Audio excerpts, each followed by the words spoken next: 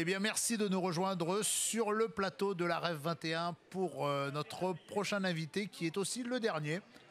Donc, ça va être un festival. Vous allez avoir la parole jusqu'au bout de la nuit, si on veut que la Rêve 21 se poursuive. Je vous rappelle que vous nous retrouvez sur larêve.org, vous nous retrouvez sur Be The Boss TV, sur e-marketing.fr et e-commerce.fr afin de suivre les débats, nos invités. Et on reçoit, pour clôturer en beauté cette Rêve 21, Fabrice Bonifay. Fabrice Bonifay, vous êtes le responsable RSE du groupe Bouygues. Vous vous occupez de la RSE de tous les métiers. Fabrice Bonifay, bonjour. Bonjour. Merci d'être avec nous. Je sais que vous venez de loin et vous venez pour nous parler du digital au service de la sobriété. Alors, dites-nous un peu, voilà, c'est dans le groupe Bouygues et puis finalement, globalement, comment le digital peut aider à nous rendre plus sobres et plus frugal, finalement, qui est un peu l'objectif. En fait, le digital, ça permet d'être plus efficace en tout. Parce que ça permet de gagner du temps, de faire passer plus d'informations avec moins d'énergie, de rendre plus simple les choses. Et donc, on pourrait se dire que ça fait faire des économies. Et dans certains cas, c'est vrai. Mais dans le même temps, lorsqu'on diminue les coûts d'un process, quel qu'il soit, on le rend plus accessible au plus grand nombre. Et donc, il y a plus de gens qui vont utiliser le service afférent. Et in fine, ce qu'on aura gagné en intensité, on le perdra en volume. Alors, malgré tout, le digital peut être très intéressant pour effectivement faire baisser des consommations en absolu. On l'a bien vu pendant le Covid. Grâce au digital, les gens sont restés chez eux, ils ont pu continuer de travailler. Et la bonne nouvelle, c'est qu'il y a eu des vraies diminutions de pollution de gaz à effet de serre, parce que bon, toutes ces voitures qui ne se sont pas baladées, tous ces avions qui n'ont pas volé, ça fait faire des économies de gaz à effet de serre. Et dans le même temps, l'activité économique a pu quand même, dans certains métiers, a pu continuer. Alors ça n'a pas été vrai partout, bien sûr, mais dans beaucoup de métiers, on a pu heureusement continuer de travailler. Mais dans d'autres cas, le digital, parce que ça rend plus efficace, je le vois par exemple avec les technologies de communication ou lorsqu'on nous sur les chantiers, on voit bien que dans certains cas, on utilise le digital pour faire en sorte de maîtriser les consommations d'énergie des logements. Quand on consomme moins d'énergie parce qu'on a un bon système de pilotage, eh bien, on va donc faire des économies d'argent, tout simplement, parce qu'on va moins consommer. Mais si dans le même temps, cette maîtrise de cette consommation permet de faire baisser la facture, parce qu'on aura des capteurs qui vont nous permettre de nous alerter et de nous couper le chauffage, par exemple, lorsque on n'est pas là. Ça peut aussi conduire, dans certains cas, à procéder à ce qu'on appelle un effet rebond. C'est-à-dire que là où on avait une température de consigne qui était de 19 degrés, si on met des capteurs partout, on va pouvoir maintenir cette température de consigne. Mais dans le même temps, si on ne fait pas attention à maintenir le système de régulation en bon état de fonctionnement, il peut y avoir des dérives en fait. Et puis c'est très difficile dans le temps de maintenir l'attention des utilisateurs dans l'utilisation de ce système. Et ces dérives peuvent être préjudiciables in fine à la consommation globale. Et donc, au sein du groupe Bouygues, alors vous travaillez sur tous les métiers du groupe Bouygues, sur les 5 métiers, donc la construction, les télécoms, la communication, les infrastructures. Les infrastructures. Donc cet effet rebond, il est valable un peu partout. Je sais qu'on en avait parlé un petit peu avec Bouygues Télécom, par exemple. Vous disiez la 5G va améliorer les communications, donc on va consommer plus de communication. Non, en fait, la 5G permet de consommer moins d'énergie par unité de data transportée, mais comme on va en transporter plus, parce qu'il y a plus de capacité, in fine, ce qu'on va gagner d'un côté, on va le perdre de l'autre.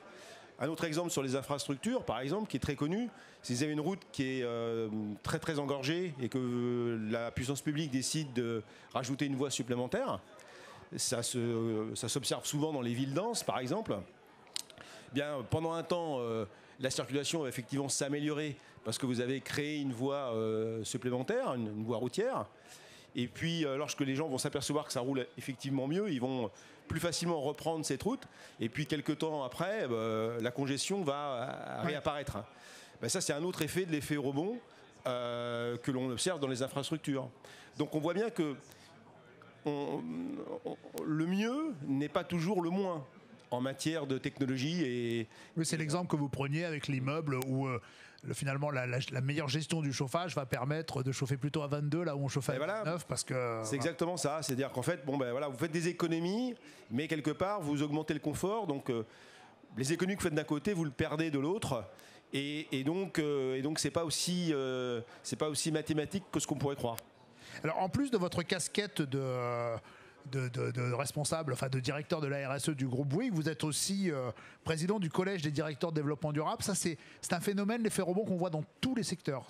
Oui, dans tous les secteurs. À chaque fois qu'il y a une machine qui est plus efficace, que ce soit une voiture, un avion, vous avez des voitures aujourd'hui qui consomment finalement autant que les voitures des années 70, mais en réalité elles consomment moins, mais comme les voitures d'aujourd'hui sont plus lourdes, parce qu'il y a plus de sécurité, plus d'électronique, plus de confort, finalement ce qu'on a gagné avec l'électronique des moteurs, on l'a perdu par le confort accru que les voitures d'aujourd'hui ont par rapport aux voitures des années 70, et donc in fine on n'a rien gagné. Donc ça c'est un autre phénomène de l'effet rebond. Par exemple les avions consomment notablement moins, les avions d'aujourd'hui, que dans les années 80-70, mais il y a beaucoup plus d'avions.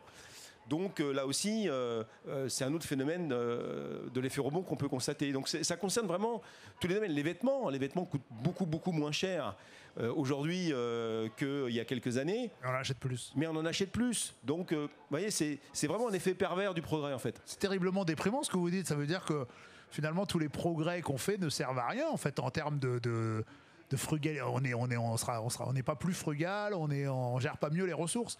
C'est quelque chose qu'il faut prendre en compte. C'est en fait au bout d'un moment, je sais pas, mais les arbres ne grimpent pas au ciel, il y en a autour de nous. Il faudra au bout d'un moment savoir caper un certain nombre de consommations et mettre au contraire le génie humain et la technologie et le digital, parce qu'en fait il s'agit de ça, pour par rapport à une consommation qu'on va indiquer comme maximum, mettre tout en œuvre pour consommer toujours moins par rapport à une consommation maximum qu'on aura décidé. Et ça, l'humanité n'a pas encore compris en fait qu'il fallait mettre en place ce type d'approche. Alors ce type d'approche, elle est assez facile à mettre en place pour la puissance publique ou pour des collectivités locales, mais dans une entreprise privée comme le groupe Bouygues, comment vous mettez en place cette approche? Comment vous allez améliorer la frugalité, notamment dans les télécoms par exemple avec la 5G? En fait, c'est en essayant d'éduquer nos clients sur une utilisation responsable des data, en essayant de leur dire voilà, c'est une technologie formidable qu'il faut utiliser avec intelligence, le plus possible d'intelligence, lorsqu'on en a vraiment besoin, lorsque c'est utile à une entreprise par exemple, ou pour des services publics de type santé, sécurité. Ça, c'est vraiment des choses qui sont où il n'y a pas de débat. Par contre, il peut y avoir du mésusage de la technologie. Vous avez le mésusage, c'est facile à comprendre. Vous avez une voiture, si vous respectez le code de la route, tout va bien. Si vous conduisez n'importe comment, vous pouvez avoir des accidents. Alors, sur la téléphonie ou sur des immeubles, par exemple, lorsque vous les exploitez correctement, avec intelligence, tout va bien. Si vous commencez à rentrer dans des délires de surconsommation inutile, compte tenu des enjeux climatiques qui sont les nôtres, il est temps, je pense, il est l'heure de faire preuve d'un peu plus de responsabilité. Et comment vos directeurs commerciaux chez Bouygues Télécom vont convaincre leurs clients de ne plus regarder des Netflix dans le métro? Il ne s'agit pas de plus regarder, il s'agit de réfléchir tout simplement. On est tous des citoyens. Qu'est-ce que vous pensez de la situation climatique ? Moi, je pose des questions pour l'instant. Voilà. Moi, je pense la même chose que vous, mais c'est vrai que moi, je me mets dans la position de l'entreprise qui a forcément une stratégie de croissance. Mais au contraire, je pense que les entreprises, mais c'est exactement, c'est ça qu'il faut faire. C'est en fait une entreprise qui sera perçue comme responsable, peut attirer. Moi, c'est ma conviction profonde. Une entreprise qui est considérée comme responsable peut attirer des clients qui viendraient vers nous, qui ne viendraient pas vers d'autres entreprises considérées comme plus cyniques. Et moi, je pense que la responsabilité aujourd'hui est une valeur forte. Et je pense qu'une bonne façon de gagner plus d'argent, c'est d'être plus responsable, au contraire. Donc c'est la posture qui est la nôtre aujourd'hui. On en revient finalement à la définition de base des mots RSE, responsabilité sociétale ou sociale et environnementale. C'est pas moi qui l'ai inventé. Voilà, merci beaucoup Fabrice Bonifay d'être venu nous éclairer sur ces problématiques de RSE. C'est vrai que c'est des sujets passionnants dont on sera amené à reparler, j'imagine, dans les prochains mois. Je rappelle que vous êtes responsable de la RSE du groupe Bouygues et président du collège des directeurs du développement durable, la C3D depuis 2008. Et s'il reste une minute, j'ai aussi écrit un livre, c'est le moment de faire la promotion, l'entreprise contributive, qui est paru en avril dernier, là, que j'ai coécrit avec Céline Puff-Ardishvili de l'agence Look Sharp, et qui est un livre qui précisément répond à votre question, permet de concilier le monde des affaires avec les limites planétaires. Donc il y a des exemples dans ce livre de plein de secteurs d'activité différents, et y compris le bâtiment bien sûr, et pour démontrer qu'on peut absolument gagner de l'argent tout en étant responsable. Bon on lira ça avec attention. En tout cas, merci beaucoup. Merci. Fabrice Bonifay d'être venu nous voir, responsable de la RSE du groupe Bouygues. Voilà, vous étiez notre dernier invité et je vous remercie. Je remercie tous mes invités. Je remercie aussi toutes les équipes techniques, Morgane Chartier et toutes les équipes du groupe Hot-Scotch et NetMedia qui ont assuré ces débats tout au long des presque 3 jours de REF. Voilà, mais finalement, au revoir et puis à l'année prochaine. Au revoir, monsieur. Au revoir, merci.